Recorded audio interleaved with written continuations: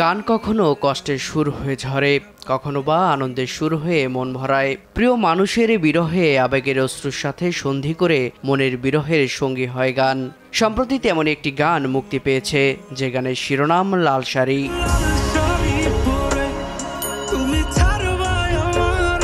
3 minute 40 সেকেন্ডের গানটিতে দেখা যায় ভালোবাসার ছোঁয়ায় হৃদয়ে ঠাঁই দেওয়া প্রিয় মানুষটির বিয়ে হচ্ছে বেশ ধুমধাম ভাবে। কিন্তু এই বিয়ের আয়োজনে চারিপাশে সবার মুখে হাসি থাকলেও নেই দুজনের, তাদের চেহারায় বিষাদের কালো ছায়া।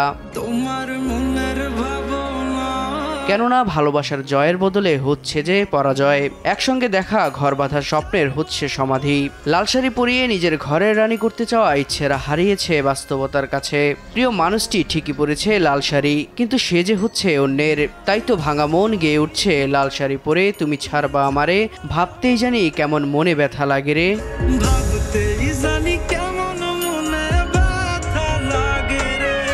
লাল শাড়ি শিরোনামের গানটিতে মডেল হিসেবে ছিলেন তানহা ইসলাম বিভা ও তানজিল মিসবা। মডেলিংয়ের পাশাপাশি গানটিতে কণ্ঠ দিয়েছেন তানজিল মিসবা নিজেই। গানটির পরিচালনায় ছিলেন নাজমুল ইভান, প্রযোজনা করেছে বার্নাবি ডিজিটাল।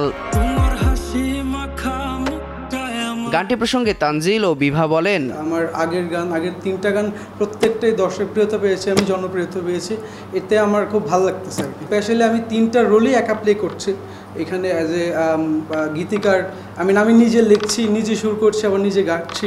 গানটি নিয়ে আমি অনেক বেশি এক্সাইটমেন্ট আমার মধ্যে কাজ করছে, because this my first work and Burnaby ডিজিটালের পক্ষ থেকে আসলে আমার ফার্স্ট কাজ করা।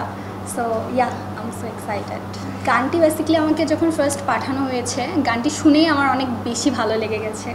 গানটির মধ্যে একটা অন্যরকম ইমোশন কাজ করে আসলে। সো এটা আমি আমার সাথে একটু রিলেট করতে পেরেছি, দ্যাটস ওয়াই গানটা আমার মনে হয়েছে যে আমার ফার্স্ট কাজ হিসেবে ভালো হবে। মিউজিক ভিডিওটির নির্মাতা নাজমুল ইভান বলেন, গানটা শোনার পরে মানে আমার ভিতরে একটা কেমন যেন একটা ফিলিংস কাজ করে, মানে মনে হয় যে অনেক কষ্ট, ঠিক আছে। তো আমি ওকে জিজ্ঞাসা করি যে এটা কি তোমার রিয়েল লাইফ থেকে কোনো কিছু থেকে নেওয়া? তো ও বলতেছে যে তেমন কিছু না, বাট আমি একটা ফিলেই লিখছি। তো এখন বলতেছে ভাই ভিডিও কি করা যায়? আমি ঠিক আছে গানটা দাও। দেন আমি নেওয়ার পরে আপনার 2-1 দিন শুনলাম। শোনার পরে আমি অনেক ডিপলি যখন ভাবলাম, তখন মনে হলো যে মানে সবাই তো একটু গতানুগতিক ভিডিও বানায়, তো আমি একটু ভিন্ন কিছু ট্রাই করি।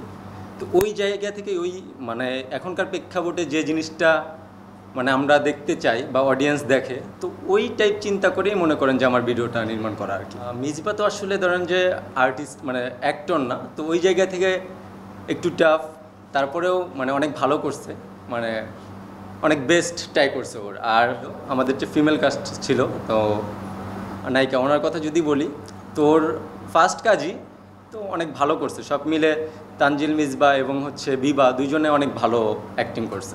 সবশেষে নিজ কণ্ঠে গানটি গেয়ে শোনান তানজিল।